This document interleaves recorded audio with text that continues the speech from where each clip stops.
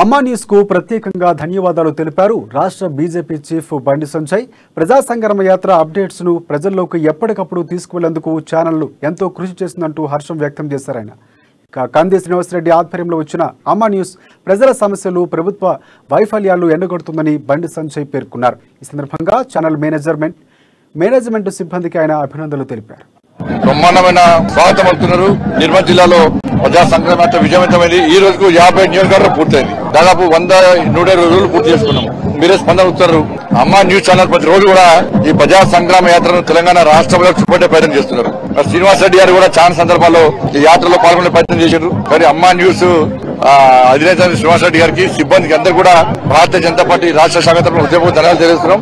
మంచి స్పందన ఉంది. వాళ్ళ సమస్యలు, ప్రజలతో సమస్యలు తీసుకునే ప్రయత్నం చేస్తున్నారు. స్థానిక టీఆర్ఎస్ పార్టీ నాయకుల యొక్క అవినీతి విషయంలో ప్రజలు చాలా సీరియస్ గా ఆగ్రహం వ్యక్తం చేస్తున్నారు. సంక్షేమ పథకాలు అమలు చేసి సౌకర్యాలు కల్పించడంలో పోటీ పడుతున్నారు టీఆర్ఎస్ పార్టీ నాయకులు. అక్రమంగా అడ్డగోలు సంపాదించడం మాత్రం ఉల్మించి వాళ్ళు పోటీ పడుతున్నారు.